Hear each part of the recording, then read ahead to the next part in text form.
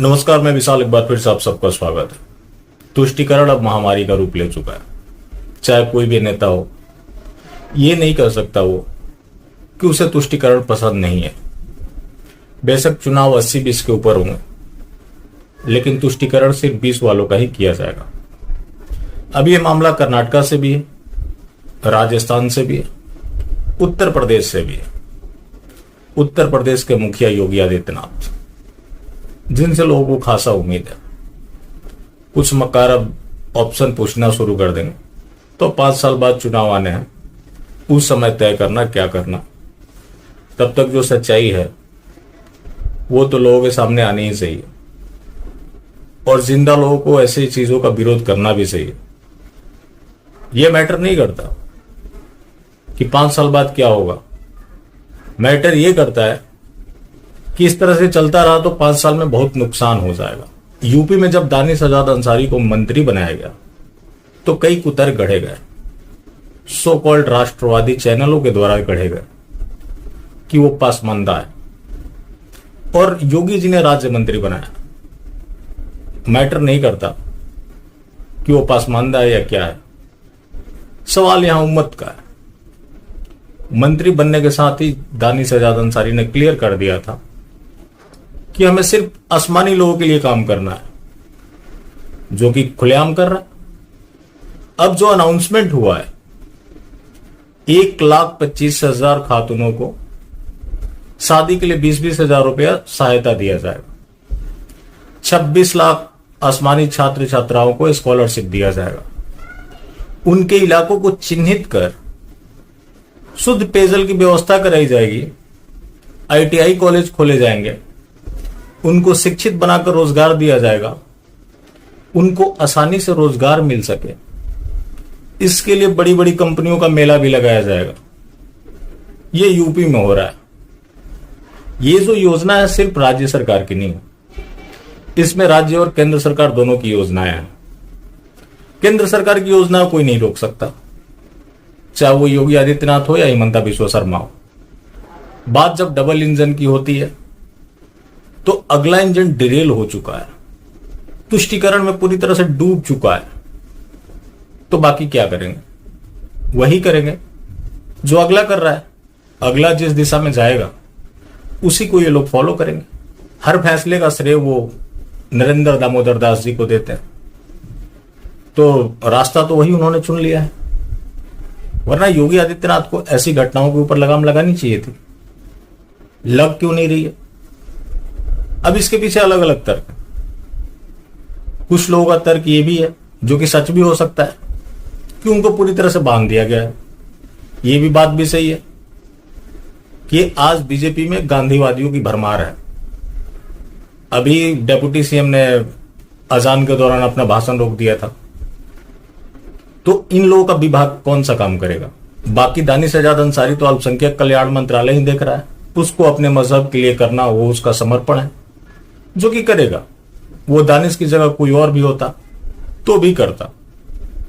लेकिन ये कुतर्क गढ़ना कि पसमानदा है, अशराफ अलग है, ऐसा कुछ भी नहीं है, क्योंकि सामने काफिर है।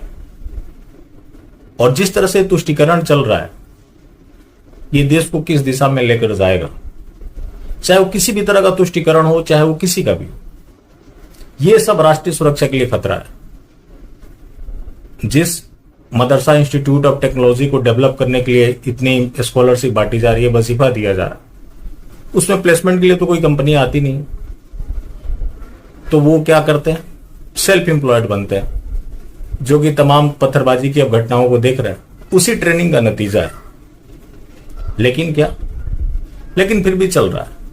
इसके ऊपर कोई लगाम नहीं है, और लगाम होगा भी, क्योंकि मृत कौम का कोई नेता नहीं बनना चाहता। जब से योगी जी की सरकार बनी, यूपी में अलतकिया की बाढ़ आ गई। उनके नुमाइंदे मिलना शुरू कर दिए, जो कि अपने कौम के लिए मिलते हैं। मोहन भागवत या RSS जग के लोग कोई भी अगर मिलता है, उनको भी मैं आसमानी ही मानता हूं। जाहिर सी बात है, वो जब भी मिलेंगे तो वो आसमानी हितों के लिए मिलेंगे। बाकी इधर का कोई व्यक्ति मिलता है तो अपने निजी स्वार्थ के लिए मिलता है, तो इसलिए वो अपना निजी स्वार्थ पूरा कर रहा है, उधर कौम का स्वार्थ पूरा हो रहा है। बाकी कोई भी आसमानी एक अच्छे जगह पर बैठ जाता है तो बाकियों को भी पीछे से वो बुला ही लेता है।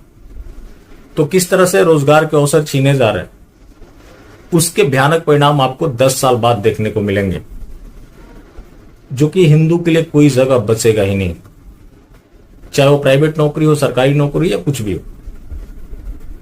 क्योंकि जिस तरह से तुष्टीकरण चल रहा है, इसके गंभीर परिणाम सामने देखने को मिलने वाले हैं। और ये तुष्टीकरण बना रहे, उसके लिए अलतकिया किए भी जा रहे, कराए भी जा रहे।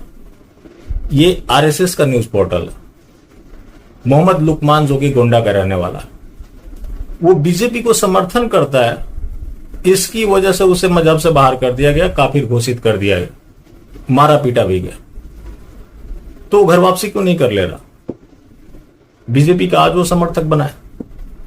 मैंने बोला था ना कि आपस में किसी बात को लेकर भी टकराएंगे तो जो पीड़ित होगा वो बीजेपी का हो जाएगा। जैसा कि आप देख रहे हैं, जब वो इतना ज्यादा प्रताड़ित ही है तो उसको घर वापसी कर लेना चाहिए। और ऐसे न्यूज कौन फैलाता है?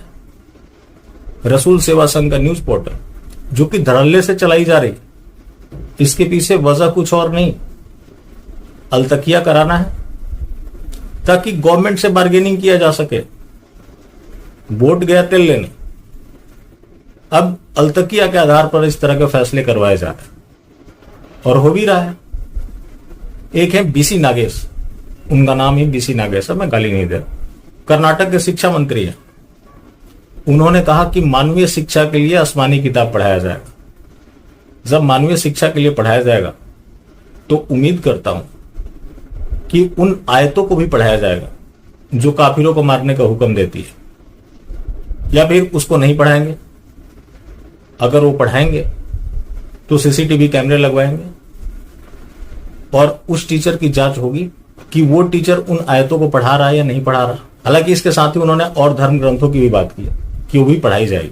लेकिन जब बात आसमानी किताब की है तो ये सारी चीजें भी पढ़ाई जानी चाहिए कि इसमें आखिर असली चीज क्या है, ताकि जो एक भ्रम फैलाया गया कि मजहब नहीं सिखाता आपस में बैर रखना, सारे मजहब एक समान है, तो बच्चे ये निर्णय ले सके कि धर्म और मजहब अलग अलग चीज है और मजहब में क्या है, धर्म में क्या है, जिसमें कोई समानता नहीं हो सकती। तो तीसरे अशोक गहलोत, खैर वो उनका ग्राउंड है, वो लोग हिंदुत्व के बदौलत सत्ता में नहीं आए।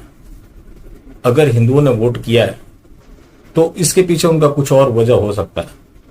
हिंदुत्व के नाम पर कांग्रेस को वोट नहीं किया है। वहां एक नोटिस जारी हुआ है कि शहरी इलाकों में आप एक गाय ही पाल सकते हैं, उसके लिए भी आपको लाइसेंस लेना पड़ेगा। तब वो दिन दूर नहीं है कि आने वाले समय में हिंदुओं को अपनी लाश जलाने के लिए भी टैक्स देना पड़ेगा। क्योंकि जिस तरह से तुष्टीकरण चल रहा है, रुकने का नाम नहीं ले रहा, चाहे इधर से हो या उधर से भी हो।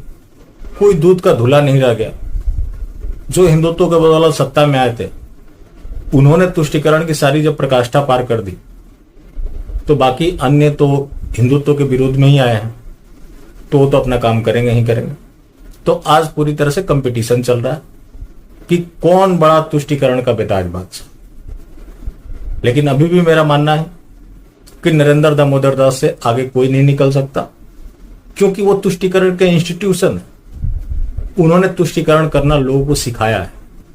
आज भारतीय राजनीति में तुष्टीकरण इतना फल फूल रहा है, उसके लिए नरेंद्र दामोदर दास जी की एक बहुत बड़ी भूमिका है।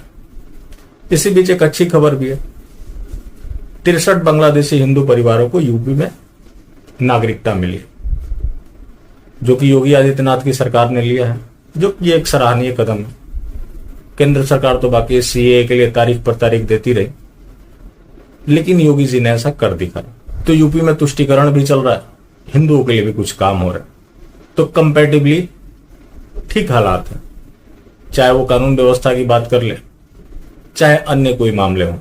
और आज हिंदू के हालात तो ये हो गई है, कम से कम चाहता है कि अपराध हो तो कम से कम पुलिस तो आ जाए, जो कि योगी सरकार में आ जाती। अन्य सरकारों में पुलिस आना भी मुश्किल काम। बाकी जिन्हें लगता है कि ये गलत हो रहा है, उनको आवाज जरूर उठाना चाहिए। बाकी जिंदा रहें तो फिर मिलेंगे, और मिलते रहेंगे तो जिंदा रहेंगे। मिलना जुलना जायज, लेकिन हाँ, मास्टर स्ट्रोक वादी बिल्कुल भी ना।